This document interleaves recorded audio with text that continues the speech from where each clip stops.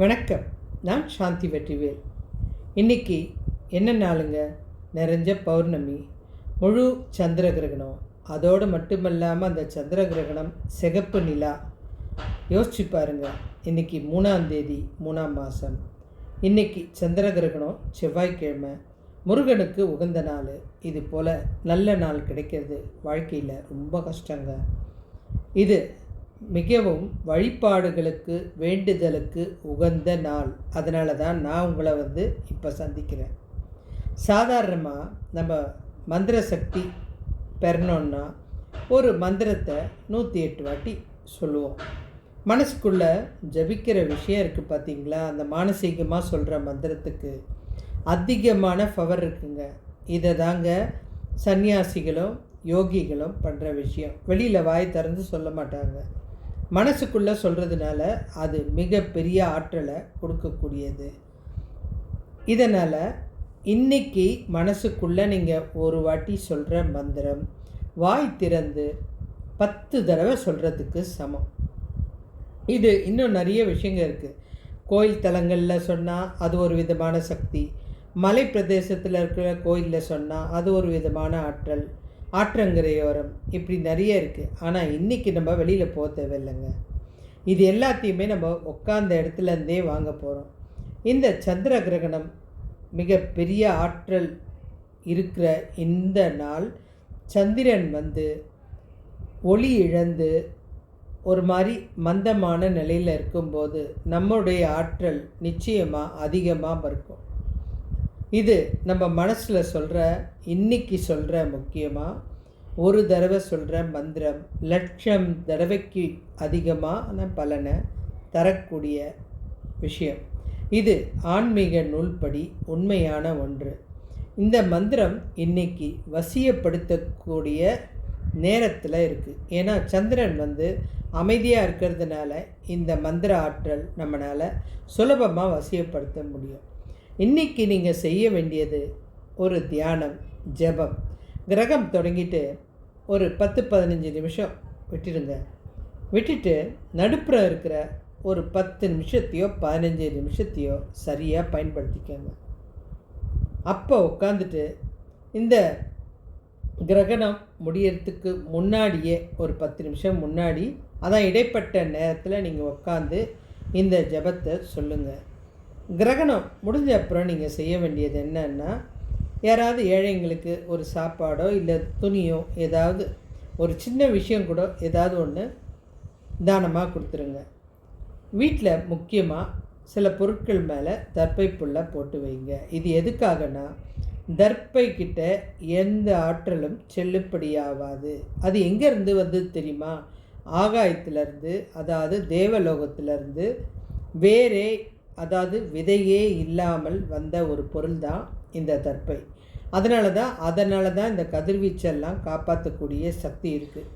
அதனால் அது மேலெல்லாம் போட்டு வச்சுருங்க. நீங்கள் என்ன பண்ணுங்கள், இந்த கிரகணம் 6:45 மணிக்கு முடியுது. இந்த மந்திரத்துக்கு நான் சொல்கிறேன், 6:45 மணிக்கு முடியுது. வீட்டை சுத்தம் பண்ணிவிட்டு குளிங்க. ஆனால் இந்த இடைப்பட்ட நேரத்தில் உணவு சாப்பிடக்கூடாது. ஏன்னா அப்போ செரிமான சக்தி குறைவாக இருக்கும். நோயாளிகள், குழந்தைகள், முதியவர்களுக்கு இதில் கொஞ்சம் விதிவிலக்கு இருக்குது. ஏன்னா அவங்களால சாப்பிடாமல் இருக்க முடியாது. அதே போல் இன்றைக்கி சுப நிகழ்ச்சி இருந்தாலும், சில முக்கியமான ஒப்பந்தத்தில் கையெழுத்து போடுறதா இருந்தாலும் இந்த நேரத்தை தவிர்த்துருங்க.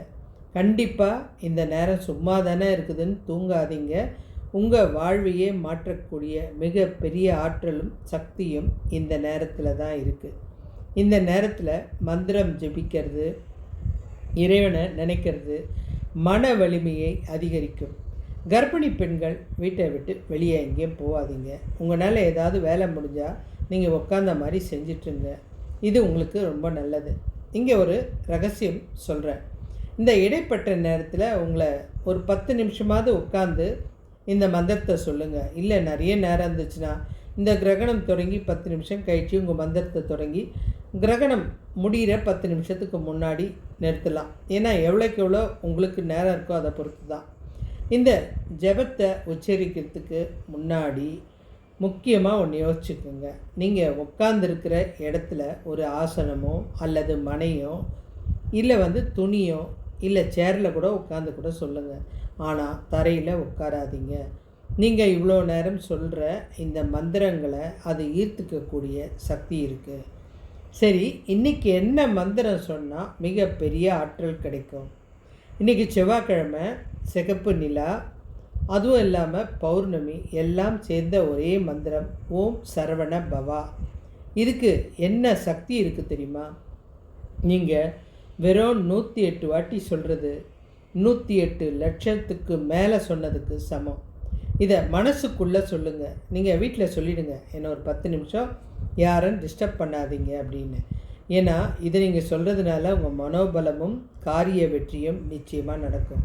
உங்களால் ரொம்ப நேரம் சொல்ல முடியலன்னா கூட ஒரு 11 வாட்டியாவது சொல்லுங்கள். கண்டிப்பாக இது பயங்கரமான பலனை கொடுக்கக்கூடியது. சரி, ஓம் சரவண பவா எதுக்காக உங்களுக்கு சொல்கிறேன்னா, ஒவ்வொரு எழுத்துக்கும் பாருங்களேன். ஓன்ற எழுத்துக்கு உயிருக்கு உயிர், இம் அப்படின்ற எழுத்துக்கு பிரணவம், சா என்றால் செல்வம், ரா என்றால் ஒளி ஞானம் அதிகமாக தரும், வா வன்மை ஆற்றல் அதிகமாக இருக்கும், நா கருணை, பா திருவருள், வா மேன்மை. இந்த 6 எழுத்தும் சேர்த்து உங்களுக்கு அனைத்து நன்மையும் கொடுக்கக்கூடிய நாள்தான் இன்று. நிச்சயமாக முருகனை மனசார நினச்சிக்கோங்க. கிழக்கோ அல்லது வடக்கு பார்த்தோ ஒரு அகல் தீபத்தையோ இல்லை ஒரு சின்ன விளக்கையோ ஏற்றி வச்சுருங்க. அந்த புகை மூலிமா நீங்கள் மனசுக்குள்ளே நினைக்கிற அந்த மந்திர ஆற்றல் அந்த பக்கமாக இறைவனுக்கு போய் சேரக்கூடிய பிரம்மாண்டமான சக்தி நிறைந்த நாள்.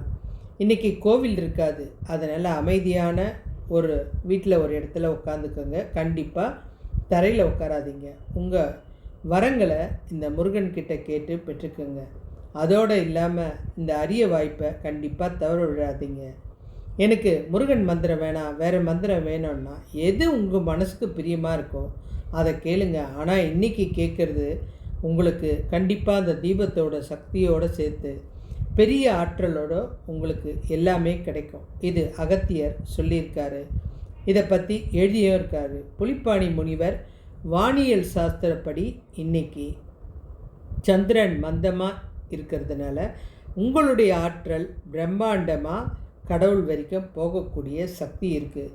இந்த ஆற்றலை தக்க வச்சுக்கிறதுக்காக தான் கீழே எதுவும் இல்லாமல் உட்காராதீங்கன்ற பெரிய ஆற்றல், பெரிய மாற்றம், பெரிய சக்தி. சரி, இதை எல்லா நாட்டில் இருக்கவங்களும் பயன்படுத்தலாமா? அந்தந்த நேரப்படி நீங்கள் அதை பார்த்துக்கிட்டு இதை கண்டிப்பாக செய்யுங்க. எந்த நாடுன்றது முக்கியம் இல்லை, நம்ம சொல்ல போகிறது ஒன்று தான், இறை நம்பிக்கை, கடவுளை வணங்கிறது. இது இத்தனை மடங்கு அதிகமாக இருக்கிறது நம்மளே நினச்சா கூட கிட்டத்தட்ட ரொம்ப நாள் ஆகுங்க இதெல்லாம் சொல்கிறதுக்கு. அதனால் நீங்கள் இந்த வாய்ப்பை தவற விடாதீங்க. பேராற்றலை இன்றைக்கி நீங்கள் அடைஞ்சே தீரணும். அவ்வளோ சக்தி வாய்ந்த நாள் இது.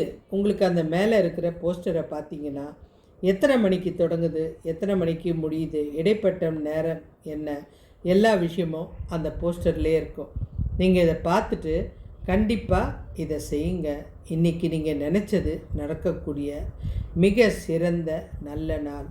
நமக்கு எல்லாம் கூடி வரும், ஆனால் நேரம் மாத்திரம் கூடி வராது. ஆனால் இன்றைக்கி நேரம் நல்லா இருக்குது, நீங்கள் தான் கூடி வரணும். ஒரு வேளை நீங்கள் அலுவலகத்தில் இருந்தாலும் கவலை இல்லை, அந்த யாருக்குமே தெரியாமல் இது மானசீகமாக சொல்கிறது தானே, மனசுக்குள்ளே ஜெபிச்சா கூட உங்களுக்கு பலன் அதிகம்.